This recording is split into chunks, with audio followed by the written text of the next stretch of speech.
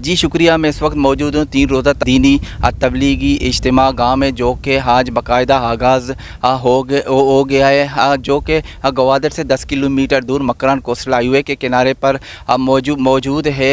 دینی تبلیغی اجتماع گاہ میں ملک سمیت ایران سے بھی لوگ جوک در جوک شرکت کر رہے ہیں. اور اگر مزید پتہ چلوں کہ اس پنڈال میں جید علماء کرام بھی مختلف اوقاتوں میں اجتماع سے خطاب کریں گے. اور اگر میں یہاں پر اسٹالوں کی بات کروں تو یہاں پر بھی مختلف قسم کے اسٹال سجائے گئے ہیں، جو کہ مناسب داموں میں چیزیں فروخت کر رہے ہیں.